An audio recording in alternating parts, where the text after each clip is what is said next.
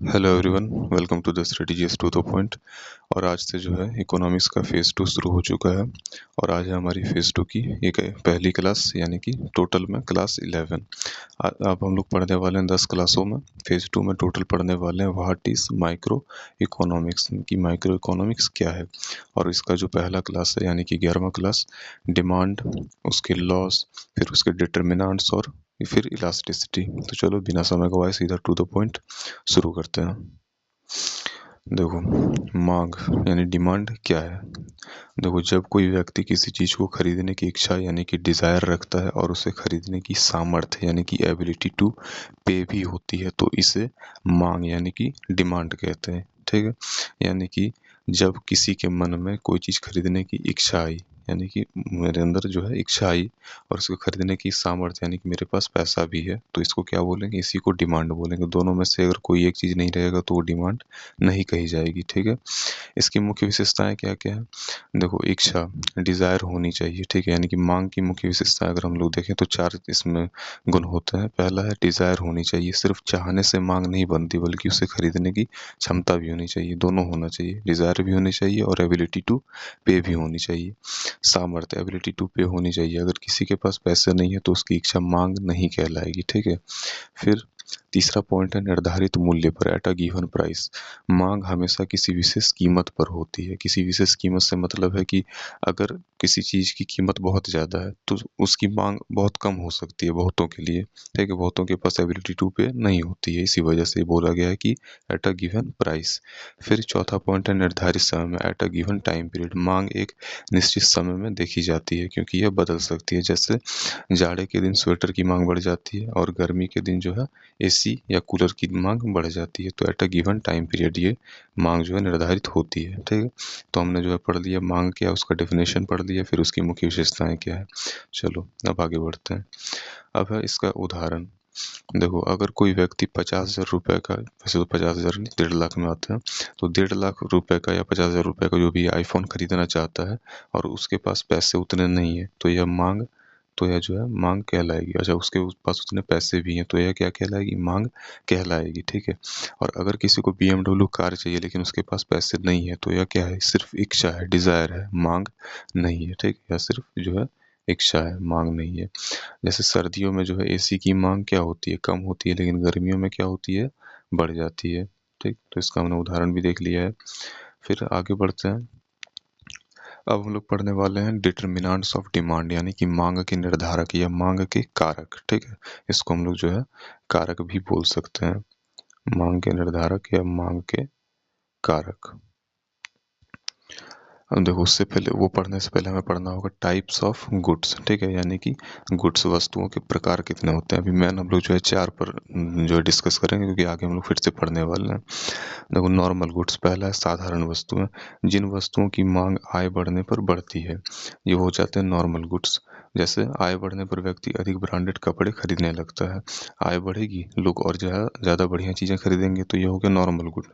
ठीक, फिर दूसरा है इन्फीरियर गुड्स, इसको निम्न कोटि वस्तुएं कहा जाता है। देखो, आय बढ़ने पर जिनकी मांग जो है घट जाती है। जैसे आय बढ़ने पर व्यक्ति लोकल बस छोड़कर कैब या बाइक इस्तेमाल करने लगता है। फिर तीसरा है सब्स्टिट्यूट गुड्स, विकल्प वस्तु, यानी कि एक के बदले दूसरी वस्तु। एक वस्तु की कीमत बदलने पर दूसरी विकल्प वस्तु की मांग जो है बढ़ जाती है। जैसे मान लो 2 वस्तु है, एक है चाय, एक है कॉफ़ी। चाय अगर महंगा हो जाए तो लोग कॉफ़ी की ओर शिफ्ट कर सकता है, यानी कि कॉफ़ी की मांग क्या हो जाएगी, बढ़ जाएगी। तो ये हो गया सब्स्टिट्यूट गुड्स, विकल्प वस्तुएं। नंबर 4, कम्प्लीमेंट्री गुड्स, यानी कि पूरक वस्तुएं। 2 वस्तुएं जो साथ में उपयोग होती हैं, एक की कीमत बढ़ने पर दोनों की मांग क्या हो जाएगी, घट जाती है। जैसे पेट्रोल महंगा होने पर कार की मांग घट जाए। ठीक, या फिर जैसे चीनी बहुत ज़्यादा महंगा हो जाए तो चाय की मांग क्या हो जाए, घट जाए, ये भी हो सकता है। तो ये हो गया टाइप्स ऑफ गुड्स। अब इसके बाद हम लोग आते हैं, अब हम लोग देखने वाले मांग को प्रभावित करने वाले कारक या डिटर्मिनेंट्स ऑफ मांग, यही है, एक ही बात है। इसको थोड़ा सा ब्रीफ में पहले देखते हैं, फिर इसको जो हम लोग ब्रॉड करेंगे, बढ़ाएंगे आगे। देखो, मूल्य, प्राइस क्या है, अगर कीमत बढ़ेगी तो मांग क्या होगी, घटेगी, नेगेटिव रिलेशनशिप। कीमत बहुत ज़्यादा बढ़ गई, डिमांड अपने आप कम हो जाएगी। आय, इनकम, अगर लोगों की आमदनी बढ़ेगी, यानी कि हाथ में पैसे आएंगे, तो उनकी मांग भी क्या होगी, बढ़ेगी। फिर विकल्प, सब्स्टिट्यूट्स, अगर चाय महंगी हो जाए तो लोग कॉफ़ी की ओर शिफ्ट कर सकते हैं। ये हो गया तीसरा इसका कारक। प्रभावित करने वाले कारक मांग को। चौथा कारक है प्रचार और विज्ञापन। अच्छे विज्ञापन से मांग क्या हो सकती है, बढ़ सकती है। ठीक है, अच्छे विज्ञापन से मांग बढ़ सकती है, तो विज्ञापन किया भी इसलिए जाता है। फिर है पांचवा, भविष्य की उम्मीदें। अगर लोगों को लगे कि पेट्रोल महंगा होने वाला है, कोई भी चीज़ जो है महंगा होने वाला, तो अभी से क्या कर लेंगे, अभी से वो ज़्यादा खरीद लेंगे, और ज़्यादा खरीद के क्या करेंगे, वो जो है एक तरह से स्टॉक कर लेंगे, उसको जमा कर लेंगे अपने पास। तो इन सब वजहों से मांग क्या होती है, प्रभावित होती है। ठीक, चलो अब आगे बढ़ते हैं। अब हम लोग डिटेल में जानेंगे कि डिटर्मिनेंट्स ऑफ डिमांड। देखो, प्राइस ऑफ कमोडिटी यानी कि वस्तु की कीमत। किसी वस्तु की कीमत बढ़ने पर उसकी मांग घटती है, और कीमत कम होने पर मांग क्या होती है, बढ़ती है। बड़ा ही सिंपल सा रिलेशन है।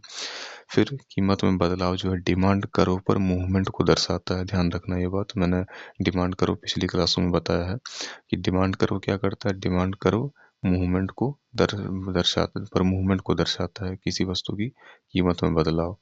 फिर उदाहरण के लिए चावल जो है 40 रुपये से बढ़कर 70 रुपया हो जाए, तो लोग क्या करेंगे, उसको कम खरीदेंगे। ठीक है, एक बार में हो सकता है लोग 5 किलो खरीदते थे तब, अब क्या करेंगे, 2 किलो, 2.5 किलो या 1 किलो खरीदेंगे। तो ये हो गया वस्तु की कीमत जो है मांग को कैसे प्रभावित करती है, उसके कारक हो गए।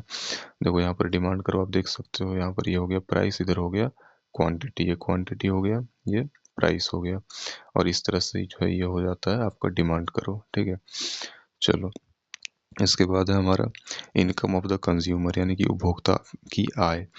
आय बढ़ने पर नॉर्मल गुड्स की मांग जो है बढ़ती है, हमने अभी डिस्कस किया है नॉर्मल गुड्स के बारे में।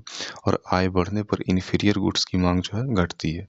ठीक, जैसे कि फिर से उदाहरण देता हूँ। नॉर्मल गुड्स वो हो गए कि जैसे ब्रांडेड कपड़ा हो गया, मेरे पास बहुत ज़्यादा पैसा है या किसी के पास, तो वो क्या करेगा, बहुत अच्छे कपड़े खरीदना चाहेगा। ठीक है, और फिर आय बढ़ने पर फिर इन्फीरियर गुड्स की मांग घटती है। इन्फीरियर गुड्स हो गया कि वो चीज़ें जो मजबूरी में वो यूज करता था, यूज करना नहीं चाहता था, ये भी बोल सकते हैं। तो जैसे कि पैसे आ गए तो पब्लिक बस जो है छोड़ करके वो कैब बुक करना शुरू करेगा, तो इन्फीरियर गुड्स हो गया यहाँ पर पब्लिक गुड, इस तरह से। फिर आय में बदलाव जो है डिमांड कर्व को दाएं या बाएं शिफ्ट कर सकता है। यही चीज़, यही जो डिमांड कर्व हमारे पास है, इसी के बारे में, कि आय में बदलाव डिमांड कर्व को दाएं या बाएं शिफ्ट कर सकता है। उदाहरण, जिस व्यक्ति की आय बढ़ती है वो लोकल बस की बजाय कैब का उपयोग करने लगता है। वही चीज़ें जो हमने पहले भी पढ़ी है। चलो अब आगे बढ़ते हैं। आगे है प्राइस ऑफ रिलेटेड गुड्स, संबंधित वस्तुओं की कीमतें। देखो, संबंधित वस्तुओं की कीमतें बढ़ने घटने से क्या असर पड़ता है। सब्स्टिट्यूट गुड्स, पहला विकल्प वस्तु है। एक वस्तु की कीमत बढ़े तो उसके विकल्प की मांग क्या हो जाती है, बढ़ती है। जैसे चाय जो है महंगी हो जाए तो कॉफ़ी की मांग बढ़ सकती है। फिर है कॉम्प्लीमेंट्री गुड्स, पूरक वस्तुएं। एक पूरक वस्तु की कीमत बढ़ने पर दोनों वस्तुओं की मांग क्या हो जाती है, वो घट सकती है। ठीक, तो ये हो गया सब्स्टिट्यूट गुड्स। फिर हो गया कम्प्लीमेंट्री गुड्स, जैसे कि पेट्रोल महंगा होने पर कार खरीदने की मांग घटती है। ठीक, अब आते हैं चौथे नंबर पर, टेस्ट्स एंड प्रेफरेंसेस, रुचियाँ और पसंद। देखो, फैशन, सामाजिक प्रवृत्तियाँ, विज्ञापन और पसंद में बदलाव वस्तुओं की मांग को क्या कर सकते हैं, बढ़ा या घटा सकते हैं। और यह फिर क्या करेंगे, डिमांड कर्व को जो है शिफ्ट करेंगे। वही डिमांड कर्व, ये हो गया हमारा क्वांटिटी, इधर हो गया प्राइस, और इस तरह का हमारा डिमांड कर्व, ये जो है दाएं या बाएं जो है शिफ्ट हो सकता है on the basis of demand. फिर तो उदाहरण इसका क्या है, जैसे स्वास्थ्य जागरूकता बढ़ने पर चीनी वाले पेयों की मांग क्या हो जाएगी, कम हो जाएगी, और जूस की मांग बढ़ जाएगी। आजकल क्या चल रहा है ट्रेंड, की जितना से जितना हो सके शुगर फ्री चीज़ें खा सकते हैं या खाना चाहिए। तो आदमी क्या करता है, चीनी या चीनी जैसी चीज़ें नहीं खाएंगे, तो जूस जो है नेचुरल चीज़ों की ओर जो है शिफ्ट कर रहे हैं लोग, स्वास्थ्य जागरूकता बढ़ने की वजह से। तो क्या हुआ, टेस्ट एंड प्रेफरेंस ने डिमांड को प्रभावित किया। ठीक, अब इसके बाद आते हैं हम लोग पांचवें नंबर पर, पॉपुलेशन एंड डेमोग्राफिक्स, यानी कि जनसंख्या और संरचना। जनसंख्या और जनसंख्या की संरचना। देखो, जनसंख्या बढ़ने पर वस्तुओं और सेवाओं की कुल मांग क्या होती है, बढ़ती है। सीधी सी बात है, बहुत सारे लोग हैं, बहुत सारी चीजें चाहिए, तो मांग अपने आप बढ़ जाएगी। जैसे उम्र हो गया, शिक्षा, आय स्तर आदि भी मांग को क्या करते हैं, प्रभावित करते हैं। एक बच्चा है, उसको खिलौना ज्यादा पसंद है। एक वयस्क है, उसको कोई और चीज़ चाहिए। एक वृद्ध है, उसको जो है ज़्यादा से ज़्यादा मान लो मेडिसिन चाहिए या फिर कुछ और चीज़ें चाहिए। तो उम्र और शिक्षा, फिर शिक्षा भी है, आय स्तर भी, ये सब मांग को प्रभावित करते हैं। उदाहरण के लिए किसी शहर की आबादी बढ़ने पर घर, दूध और परिवहन की मांग क्या हो जाती है, बढ़ जाती है अपने आप। ठीक, फिर छठा है फ्यूचर एक्सपेक्टेशन, यानी कि भविष्य संबंधी अपेक्षाएं। यदि लोगों को भविष्य में कीमत बढ़ने की उम्मीद हो तो वर्तमान मांग अचानक से क्या हो जाएगी, बढ़ जाएगी। पेट्रोल के केस में हमने देखा था। और यदि कीमत कम होने की उम्मीद हो तो वर्तमान खरीद जो है क्या हो जाएगी, घट जाएगी, कि जब कीमत घटेगी तब खरीदेंगे। तो उदाहरण क्या है इसका, कि यदि सुनने में आए कि अगले महीने मोबाइल जो है सस्ते होंगे तो लोग अभी जो है खरीदने से रुक जाते हैं। वो क्या सोचेंगे कि अगले महीने खरीदेंगे हम लोग। तो यह हमने देख लिया इसका फ्यूचर एक्सपेक्टेशन। चलो अब आगे बढ़ते हैं। अब है हमारा इसका जो है तीसरा पॉइंट। लॉ देख लिया हमने, डिटर्मिनेंट्स हमने देख लिया। अब है इलास्टिसिटी ऑफ डिमांड। ठीक है, मांग की लोच। देखो, पहला है प्राइस इलास्टिसिटी ऑफ डिमांड, यानी कि मूल्य लोच। किसी वस्तु की कीमत बढ़ने पर उसकी मांग जो है कितनी बदलती है, इसे जो है प्राइस इलास्टिसिटी ऑफ डिमांड कहा जाता है। ठीक है, मूल्य लोच। लोच दरअसल कुछ नहीं है, इलास्टिसिटी बोलते हैं। जैसे एक रबड़ लो, रबड़ को खींचो तो कितनी दूर तक खींचा जाए, तो इसको उसकी इलास्टिसिटी बोला जाएगा। ठीक है, तो किसी वस्तु की कीमत बदलने पर उसकी मांग जो है कितनी बदलती है, इसे मूल्य लोच कहा जाता है। कीमत में बदलाव के प्रति मांग की संवेदनशीलता को जो है मापता है। कीमत में बदलाव के प्रति मांग की संवेदनशीलता को मापता है, ये ध्यान में रखना है। ठीक, उदाहरण क्या है इसका, यदि जूते का दाम 10% बढ़े और मांग 15% घट जाए तो मांग क्या होगी, लोचदार मानी जाएगी। देखो, मांग दाम कितना बढ़ा 10%, मांग घट गया 15%, लोग नहीं खरीदना चाह रहे हैं अधिक कीमत के जूते, तो मांग क्या हो जाएगी यहाँ पर, लोचदार मानी जाएगी। एक तरह से मैं कहूँ तो फ्लेक्सिबल मानी जाएगी। ठीक है, फ्लेक्सिबल, ये जो है फ्लेक्सिबल मानी जाएगी, क्योंकि जो है बहुत जल्दी इसका मांग वगैरह शिफ्ट हो जाता है। फिर दूसरा है इनकम इलास्टिसिटी ऑफ डिमांड, यानी कि आय लोच। देखो, उपभोक्ता की आय में बदलाव होने पर मांग कितनी बदलती है, इसे ही आय लोच कहते हैं। उपभोक्ता की आय अगर घट गई या बढ़ गई, उस हिसाब से मांग जो है कितनी बदल रही है, तो इसको उसकी इनकम इलास्टिसिटी ऑफ डिमांड कहा जाएगा। ठीक है, देखो, नॉर्मल गुड्स की मांग जो है आय बढ़ने पर बढ़ती है, जबकि इन्फीरियर गुड्स की मांग क्या हो जाती है, घटती है। जैसे आय बढ़ने पर व्यक्ति लोकल बस की बजाय कैब का उपयोग अधिक करने लगे तो कैब की आय क्या है, लोच सकारात्मक है, यानी कि उसका जो ट्रेंड है वो पॉजिटिव है। क्योंकि उसकी मांग जो है बढ़ गई। हर किसी की मांग बढ़ेगी, वो अधिक सहूलियत चाहेगा तो बस छोड़ के क्या करना चाहेगा, कैब। तो कैब क्या हो गया, उसका आय लोच, यानी कि जो इनकम इलास्टिसिटी ऑफ कैब है वो हो जाएगी पॉजिटिव। ठीक है, चलो अब आगे बढ़ते हैं। तीसरा है क्रॉस इलास्टिसिटी ऑफ डिमांड। देखो, संबंधित वस्तुओं की कीमत बदलने पर किसी वस्तु की जो है मांग किस दिशा और मात्रा में बदलती है, यही जो है क्या हो जाएगा, उसका पार लोच दर्शाती है। ठीक है, यानी कि क्रॉस इलास्टिसिटी दर्शाती है। ध्यान रखना है यहाँ पर दो बातें हैं। पहला है मांग, वस्तु की मांग किस दिशा, ठीक है ना, किस दिशा और मात्रा में बदलती है, यही जो है क्रॉस इलास्टिसिटी ऑफ डिमांड कहलाती है। यहाँ पर ध्यान दें, यहाँ पर है क्रॉस इलास्टिसिटी ऑफ डिमांड का ये वाला ग्राफ है, यहाँ ध्यान देना है। ये हो गया price of good y, price quantity of good x. अब देखो, संबंधित वस्तु की कीमत बदलने पर वस्तु की मांग किस दिशा में बदलती है, ध्यान रखना है। तो ये जो ग्राफ है ना, किस तरह से बिहेव करेगा, उसी को हम लोग कहेंगे क्रॉस इलास्टिसिटी ऑफ डिमांड। ये बहुत इंपॉर्टेंट है, इस ग्राफ को हमेशा ध्यान में रखना, जितने भी ग्राफ मैं आपको बता रहा हूँ। चलो अब आगे बढ़ते हैं। पहला है सब्स्टिट्यूट गुड्स। एक वस्तु महंगी हो जाए तो उसके विकल्प की मांग क्या हो जाती है, बढ़ जाती है। उदाहरण के लिए चाय महंगी होने पर क्या होगी, कॉफी की मांग बढ़ जाएगी। फिर है कॉम्प्लीमेंट्री गुड्स। देखो, एक पूरक वस्तु की कीमत बढ़ने पर दोनों की मांग क्या होती है, घट जाती है। उदाहरण के लिए पेट्रोल महंगा होने पर बाइक की मांग क्या हो जाएगी, कम हो जाएगी। ठीक, तो ये हो गया कॉम्प्लीमेंट्री गुड क्रॉस इलास्टिसिटी के लिए। अब इसके बाद है number 4, degree of price elasticity, यानी कि मूल्य लोच के प्रकार। देखो, पहला है परफेक्टली इलास्टिक डिमांड। कीमत में छोटा सा बदलाव मांग को क्या करता है, बहुत अधिक बदल देता है। उदाहरण के लिए समान उत्पादों वाली प्रतिस्पर्धी मार्केट में जो है ग्राहक तुरंत क्या कर सकते हैं, ब्रांड जो है बदल सकते हैं। ठीक है ना, जैसे कि समान उत्पाद है, ए और बी प्रोडक्ट है, ठीक है, पर अलग अलग जगहों से आए, समान है, दोनों बराबर है। तो क्या करेंगे, अगर ए की जो है मांग या कह लीजिए मूल्य बदल गया तो बी को लोग खरीदना ज़्यादा प्रेफर करेंगे। वही बात यहाँ बोल रहा है कि कीमत में छोटा सा बदलाव मांग को क्या करता है, बहुत अधिक बदल देता है। उदाहरण, समान उत्पादों वाली प्रतिस्पर्धी मार्केट में ग्राहक तुरंत जो है ब्रांड बदल सकते हैं। फिर है परफेक्टली इनइलास्टिक डिमांड। कीमत बढ़े या घटे, मांग लगभग क्या रहती है, स्थिर रहती है। उदाहरण के लिए जीवन रक्षक दवाएं आ जाएंगी इसके अंतर्गत, क्योंकि जीवन रक्षक दवाएं जो है बहुत ज़्यादा ज़रूरी हैं। इसकी मांग कीमत बढ़े या घटे, मांग लगभग स्थिर रहेगी, सबको चाहिए ही चाहिए होगा ये, इसीलिए। तो ये हो गया परफेक्टली इनइलास्टिक डिमांड। फिर है सी, इलास्टिक डिमांड। देखो, कीमत में थोड़ा सा बदलाव भी मांग में बड़ा परिवर्तन लाता है। उदाहरण के लिए इलेक्ट्रॉनिक सामान जैसे मोबाइल, मोबाइल की कीमत अचानक से घट जाए, खूब ज़्यादा डिमांड बढ़ जाए तो डिमांड अपने आप कम हो जाएगा। तो क्या हुआ, थोड़ा सा बदलाव भी वो मांग में जो है बड़ा परिवर्तन ले आया। फिर इसके बाद जो है हमारा डी, इन इलास्टिक डिमांड। देखो, कीमत में बदलाव से मांग पर क्या होता है, कम असर पड़ता है। उदाहरण के लिए नमक। देखो, इन इलास्टिक डिमांड को जरा ठीक से समझो। कीमत में बदलाव से मांग पर जो है कम असर पड़ता है। नमक बहुत ज़्यादा इसेंशियल चीज़ है, जीवन रक्षक दवा तो नहीं है लेकिन फिर बहुत ज़्यादा इसेंशियल चीज़ है, इसको भी चाहिए ही चाहिए होगा खाने के लिए। तो क्या होगा, इसकी मांग पर जो है कम असर पड़ेगा। ठीक है। फिर है हमारा ई नंबर, यूनिटरी इलास्टिक डिमांड। कीमत और मांग का प्रतिशत बदलाव समान होता है।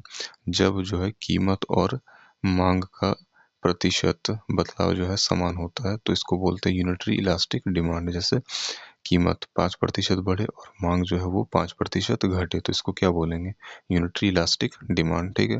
तो हमने डिग्री ऑफ प्राइस इलास्टिसिटी समझ लिया, 5 प्रकार के होते हैं, ध्यान रखना है।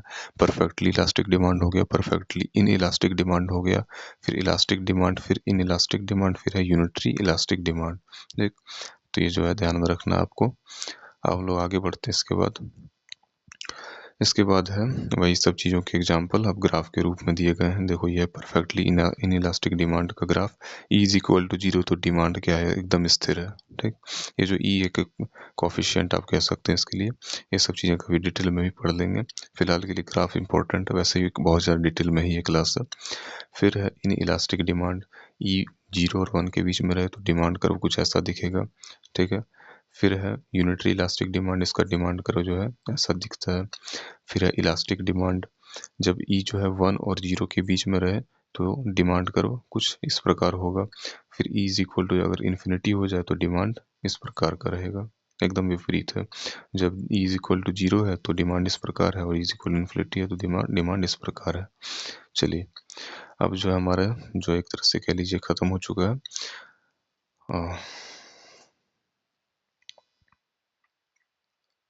इलास्टिसिटी मूल्य को प्रभावित करने वाले कारक।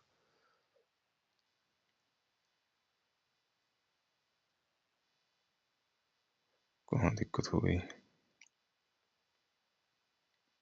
हाँ, देखो 4 नंबर के बाद जो है 5वां पॉइंट है हमारा कि factors of affecting price elasticity, यानी कि मूल्य लोच को प्रभावित करने वाले कारक। देखो, सब्स्टिट्यूट्स की उपलब्धता, विकल्प अधिक हो तो मांग क्या होगी, लोचदार होती है। ठीक है। जैसे कई ब्रांड वाले साबुन की मांग क्या हो सकती है, अचानक से बदल सकती है।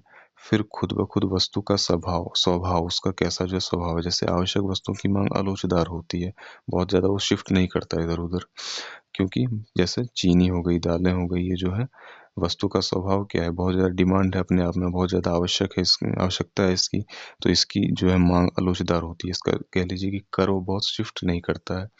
फिर समय अवधि हो गई कि लंबी अवधि में मांग अधिक लोचदार हो जाती है। जैसे पेट्रोल महंगा होने पर लोग समय के साथ इलेक्ट्रिक वाहन अपनाते हैं।